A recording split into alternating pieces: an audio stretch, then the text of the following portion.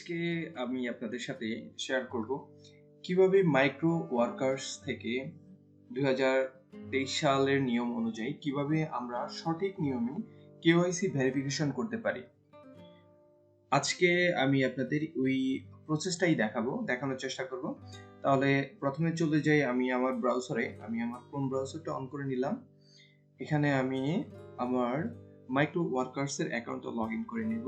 প্রথমে microworkers.com।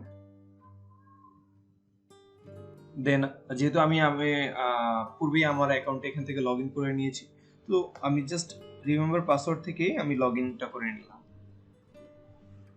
এখানে দেখাচ্ছে আমার অ্যাকাউন্টে বর্তমানে 11.543 অর্থাৎ $11.54 আমার অ্যাকাউন্টে বর্তমানে আছে।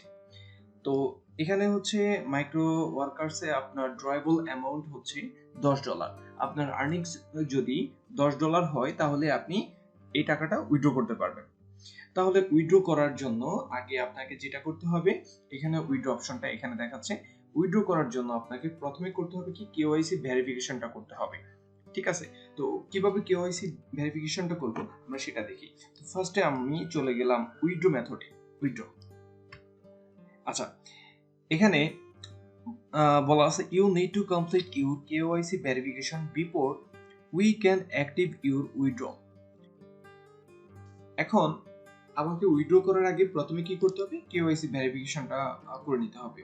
Please allow 5 or 10 days for your KYC review. আমি যদি কেওয়াইসি ভেরিফিকেশনের জন্য আজকে আমি অ্যাপ্লাই করে থাকি, তাহলে আমার কেওয়াইসি ভেরিফিকেশনটা তারা সময় নেবে কতদিন? 5 থেকে 10 দিন সময় নেবে।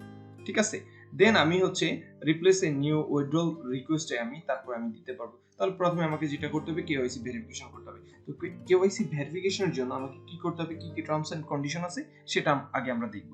প্রথমে হচ্ছে আমি কেওয়াইসি ভেরিফিকেশনে চলে গেলাম। তো এখানে কিছু জিনিস বলা আছে যে এখানে দুইটা স্টেপ আছে। ঠিক আছে, প্রথমে হচ্ছে কেওয়াইসি, পরবর্তীতে হচ্ছে কনফার্মেশন।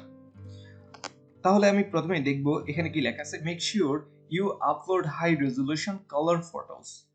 এখানে প্রথমে বলতে হবে, যেটা বলছে যে আপনাকে প্রথমে এনশিওর করতে হবে, যে নিশ্চয়তা দিতে হবে যে আপনি যে পিকচারটা আপলোড করবেন সেটা অবশ্যই হাই রেজোলিউশনের, সাদা কালো না, হাই রেজোলিউশনের কালারফুল ছবি হতে হবে।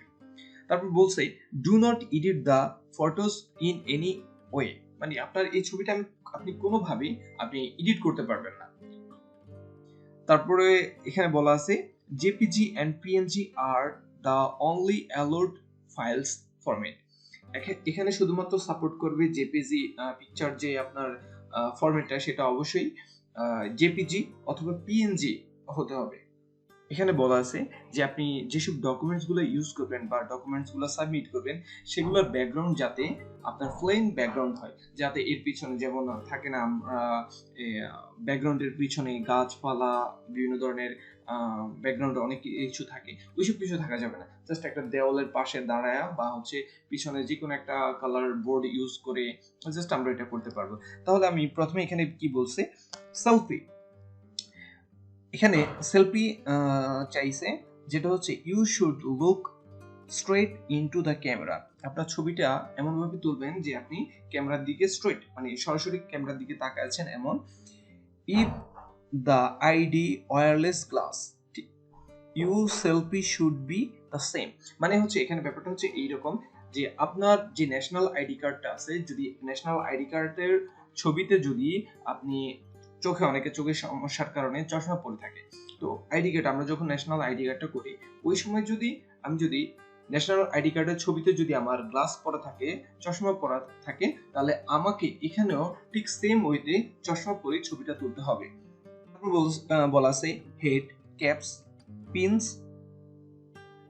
In the hair are not allowed. আপনি ছবি তোলার সময় অনেক সময় আমরা টুপি ব্যবহার করি বা ক্যাপ ব্যবহার করি, আদার্স অন্যান্য যেসব জিনিসগুলো ব্যবহার করি, যে এইসব জিনিসগুলো ব্যবহার করা যাবে না। দেন বলা হয়েছে যে আপনি যে আইডিটা সাবমিট করতেছেন সেটা কোন ধরনের আইডি, কি সেটা পাসপোর্ট, নাকি সেটা ন্যাশনাল আইডি, নাকি সেটা ড্রাইভিং লাইসেন্স। যার ড্রাইভিং লাইসেন্স থাকবে সে ড্রাইভিং লাইসেন্স সাবমিট করবে, যার আইডি কার্ড থাকবে সে আইডি কার্ড সাবমিট করবে, যার পাসপোর্ট থাকবে সে পাসপোর্ট সাবমিট করবে। ঠিক আছে, তারপর বললো যে আইডি ফ্রন্ট সাইড, আপনার আইডির যে আমরা সামনের অংশটুকু, প্রথমে সামনের অংশটুকু ছবি দিতে হবে। এখানে বলা হয়েছে you must include your picture, name, date of birth and address applicable. Your ID must be valid and issued by national or regional government. তারপরে হচ্ছে এখানে করতে হবে যেটা আমাদের আইডি ব্যাক সাইড, আইডি কার্ডের যে পিছনের দিকের অংশটা সেটার ছবি তুলে দিতে হবে। অ্যান্ড এখানে ইম্পর্টেন্ট যেটা হচ্ছে সেলফি উইথ ডকুমেন্টস। আমরা যদি হচ্ছে আমাদের আইডি ন্যাশনাল আইডি কার্ডটা সাবমিট করি, অথবা আমরা যদি বলি যে আমাদের হচ্ছে ড্রাইভিং লাইসেন্স অথবা যে ডকুমেন্টস আমরা সাবমিট করি না কেন, সেটা ওই ডকুমেন্টসের সাথে আপনাকে ছবি তুলতে হবে। কিভাবে ছবিটা তুলবে?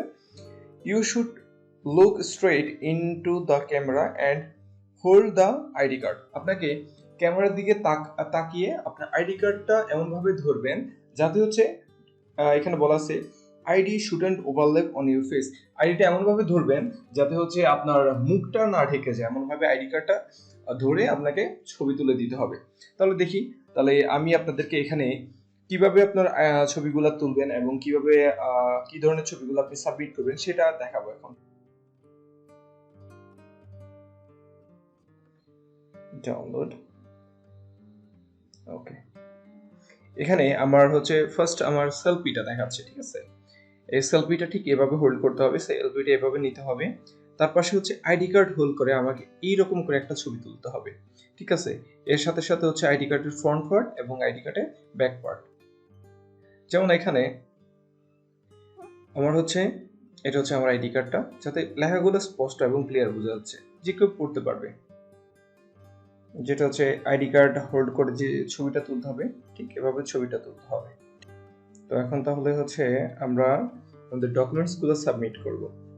প্রথমে আমি আমার সেলফিটা সাবমিট করি, যে সেলফিটা নিয়ে রেখেছিলাম সেটা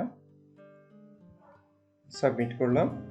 দেন হচ্ছে আইডি টাইপটা হচ্ছে আমার কি এনআইডি, যেহেতু আমি ন্যাশনাল আইডি কার্ডটা সাবমিট করব তো এটা হবে এনআইডি। দেন হচ্ছে আইডি কার্ডের যে ফ্রন্ট বা সামনের দিকের অংশটুকু ওইটা আমি সাবমিট করব।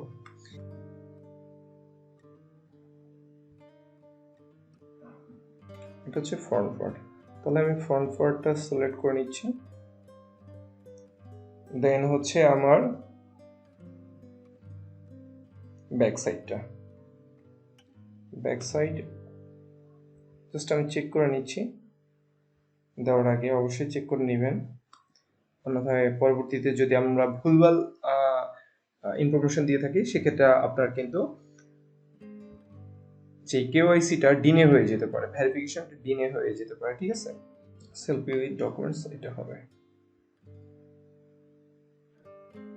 জি এটা ঠিক আছে। তাহলে আমরা সেলফি উইথ ডকুমেন্টসটা সাবমিট করে দিলাম। দেন আমরা সাবমিট অপশনে চলে যাব। এখানে সাকসেসফুলি আমাদের কেওয়াইসি ভেরিফিকেশনের যে ইনফরমেশনগুলো সেগুলো সাবমিট করা শেষ। তাহলে এখন আমাদেরকে 5 থেকে 10 দিনের মতো ওয়েট করতে হবে, যেটা আমাদের কনফার্মেশনের জন্য যে আমাদের কেওয়াইসি ভেরিফিকেশনটা সফল হয়েছে সেটার জন্য। এখানে বলা হয়েছে যে your KYC request has been submitted for review. তারা রিভিউ করে দেখবে, রিভিউ করে যদি দেখে সব ইনফরমেশন ঠিক আছে তাহলে আমাদের কেওয়াইসি ভেরিফিকেশনটা কনফার্ম করে দিবে।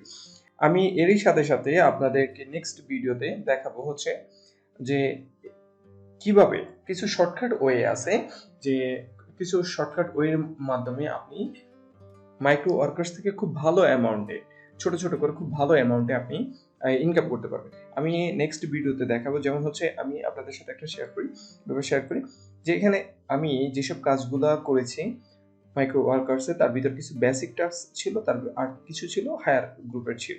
তো আমি হায়ারের কি কি কাজগুলো করেছি সেগুলো একটু আপনাদের সাথে শেয়ার করি। এখানে আপনারা দেখতে পাচ্ছেন আমি লাস্ট এই অ্যাকাউন্টটা আমার খুব পুরনো, যদিও ইন রিসেন্ট আমি প্রায় 21 দিন আগে থেকে এই কাজটা আবার নতুন করে শুরু করি। এখানে আমি না বুঝে কয়েকটা কাজ সাবমিট করছি, যার কারণে আমার এগুলো ক্রস চলে এসেছে। এই 21 দিনে আমার হচ্ছে আমি পার ডে, আমি আসলে প্রত্যেকদিন সময় ওইভাবে দিতে পারি না, কখনো দিয়েছি কোনো দিন দিয়েছি কোনো দিন দিইনি।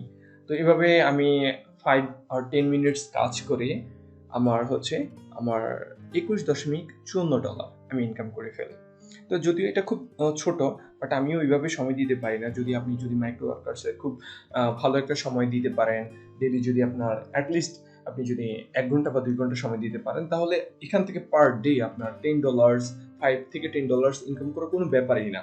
আমি আপনাদেরকে নেক্সট ভিডিওতে দেখাবো কিভাবে খুব শর্টকাট ওয়েতে হাই রেটে কিভাবে আপনি মাইক্রো ওয়ার্কার্সে কাজ করবেন এবং কাজ করার সঠিক নিয়মটা আমি আপনাদেরকে শিখিয়ে দেব। তো ওই পর্যন্ত আপনারা ভালো থাকুন, সুস্থ থাকুন এবং আমাদের সাথেই থাকুন। আপনাদের যদি আমাদের এই ভিডিওটা ভালো লেগে থাকে তাহলে লাইক এবং সাবস্ক্রাইব করে আমাদের পাশে থাকবেন।